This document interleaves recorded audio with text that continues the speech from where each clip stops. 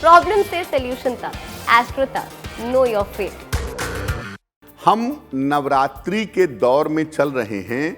नवरात्रि का पावन पर्व पूरे देश दुनिया में मनाया जा रहा है और पूरी नवरात्रि में सबसे महत्वपूर्ण जो तिथि होती है, सबसे महत्वपूर्ण जो अवसर होता है वो नवमी का होता है। और नवमी का मामला इतना ज़्यादा महत्वपूर्ण होता है कि हम उसे नवमी नहीं महानवमी कहते हैं।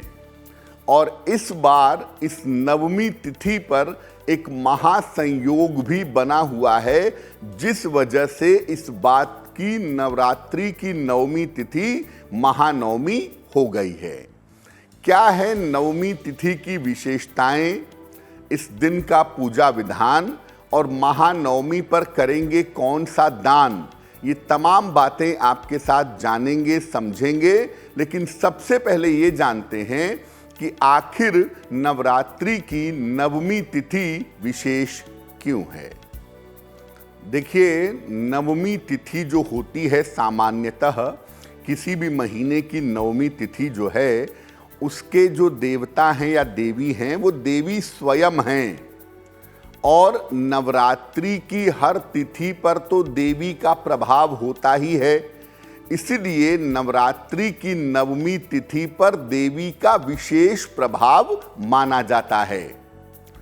और नवरात्रि की जो नवमी तिथि होती है वो नवरात्रि की सबसे ज़्यादा महत्वपूर्ण तिथि है। नवरात्रि की जो नवमी तिथि है ये आपको संपूर्ण नवरात्रि का फल दे सकती है, संपूर्ण नवरात्रि की शुभता आपको प्रदान करवा सकती है। जैसा हम आपको लगातार बताते रहते हैं कि नवरात्रि के 9 दिन देवी के अलग अलग स्वरूपों की पूजा की जाती है, तो नवरात्रि के नवमी तिथि के दिन माता के सिद्धिदात्री स्वरूप की उपासना होती है। और सिद्धिदात्री माता का जो स्वरूप है, उस स्वरूप के अंदर बाकी सारी देवियां समाहित हैं। इसीलिए नवरात्रि की नवमी तिथि पर एक तरीके से हम सारी देवियों की पूजा कर लेते हैं। चैत्र मास की नवमी तिथि को भगवान राम का जन्म भी हुआ था। यानी नवरात्रि की नवमी तो है ही, इस दिन भगवान राम का जन्म भी हुआ था। इसीलिए नवमी तिथि को माता सिद्धिदात्री के साथ भगवान राम की पूजा भी की जाती है। और भगवान राम के साथ इसका कनेक्शन इतना ज़्यादा गहरा है कि चैत्र नवरात्रि की नवमी को हम राम नवमी कहते हैं। महानवमी तो है ही, लेकिन भगवान राम का इस दिन जन्म हुआ था, इसीलिए इस तिथि को पूरी दुनिया राम नवमी के नाम से जानती है। जैसा कि आपको कार्यक्रम की शुरुआत में पहले बताया कि इस बार नवमी तिथि पर एक बहुत अच्छा संयोग बना हुआ है, एक महासंयोग बना हुआ है। इसीलिए इस बार की जो नवमी है वो महासंयोग की महानवमी है। अब क्या संयोग बन रहा है? देखिए, वैसे तो राम नवमी अपने आप में ही महाशुभ संयोग है। राम नवमी की तिथि को बहुत शुभ मानते हैं, महाशुभ मानते हैं। और राम नवमी की तिथि पवित्रता से भरी हुई है। लेकिन इस बार नवमी तिथि पर जो संयोग है वो ये है कि इस बार की नवमी तिथि पर बृहस्पतिवार भी है और पुनर्वसु नक्षत्र भी है। भगवान राम का जिस नक्षत्र में जन्म हुआ था वो नक्षत्र है पुनर्वसु नक्षत्र। इसीलिए इस बार भगवान राम के जन्म नक्षत्र का संयोग भी बन गया है। यानी इस बार रामनवमी जो मनाई जाएगी वो भगवान राम के जन्म नक्षत्र के संयोग के हिसाब से मनाई जाएगी। हर बार जरूरी नहीं है कि श्री राम नवमी पर आपको पुनर्वसु नक्षत्र ही मिले, लेकिन इस बार भगवान राम के नवमी पर, राम नवमी पर आपको भगवान राम के जन्म का पुनर्वसु नक्षत्र मिल रहा है। और चूंकि भगवान राम के जन्म का यही नक्षत्र है, इसीलिए इस संयोग की वजह से अगर आप राम नवमी पर पूजा उपासना करते हैं तो ये पूजा उपासना आपके लिए विशेष लाभकारी होगी। और पुनर्वसु नक्षत्र के स्वामी हैं बृहस्पति, जिनको ज्योतिष में अत्यंत शुभ ग्रह माना जाता है। इसीलिए राम नवमी पर अगर आप प्रार्थना करते हैं, अगर आप उपासना करते हैं, तो वो प्रार्थना, वो उपासना निश्चित रूप से स्वीकृत होगी, निश्चित रूप से स्वीकार होगी। इस ऐड को स्किप करना तो बहुत मुश्किल है, पर लाइफ की प्रॉब्लम्स का सलूशन ढूंढना आसान। प्रॉब्लम से सलूशन तक, एस्ट्रो तक, नो योर फेट।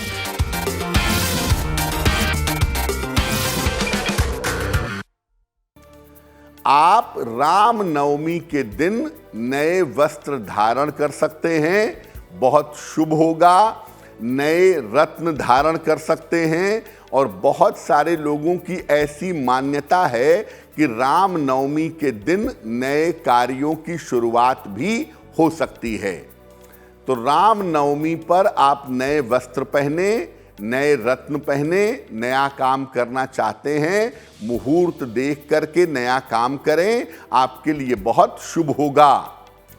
और राम नवमी पर चूंकि महासंयोग बन गया है, इसलिए अगर इस महासंयोग पर आप दान करते हैं, किसी निर्धन की सहायता करते हैं, तो ऐसा करना और भी ज़्यादा शुभ होगा। तो देखिए, राम नवमी पर दो मामले महत्वपूर्ण हो जाते हैं। एक तो ये है कि नवरात्रि की नवमी तिथि है, तो माता सिद्धिदात्री की पूजा होगी, और भगवान राम की नवमी भी है, इसलिए भगवान राम की पूजा भी नवरात्रि की नवमी तिथि पर की जाएगी। अब ये जानते हैं कि माता सिद्धिदात्री कौन है और इनकी क्या महिमा शास्त्रों में बताई गई है, इनकी महिमा क्या है। देखिए, नवरात्रि के नवमी तिथि पर माता सिद्धिदात्री की पूजा होती है। जैसे पहली तिथि पर शैलपुत्री देवी की, उसके बाद माता ब्रह्मचारिणी की, ऐसे पूजा होती जाती है। उसी तरह से नवरात्रि के 9वें दिन माता के सिद्धिदात्री स्वरूप की पूजा होती है। इनकी पूजा उपासना करने से समस्त प्रकार की मनोकामनाएं आपकी पूरी होती हैं, हर प्रकार की मनोकामनाएं आपकी संपन्न होती हैं। और नवरात्रि के नवमी तिथि पर अगर आप केवल माता सिद्धिदात्री की पूजा कर लें, तो संपूर्ण देवियों की पूजा का फल आपको मिल सकता है। माता शैलपुत्री, ब्रह्मचारिणी, चंद्रघंटा, कूष्मांडा, स्कंद माता, कात्यायनी, कालरात्रि और महागौरी, ये जो 8 देवियां हैं, ये माता सिद्धिदात्री के अंदर समाहित हैं।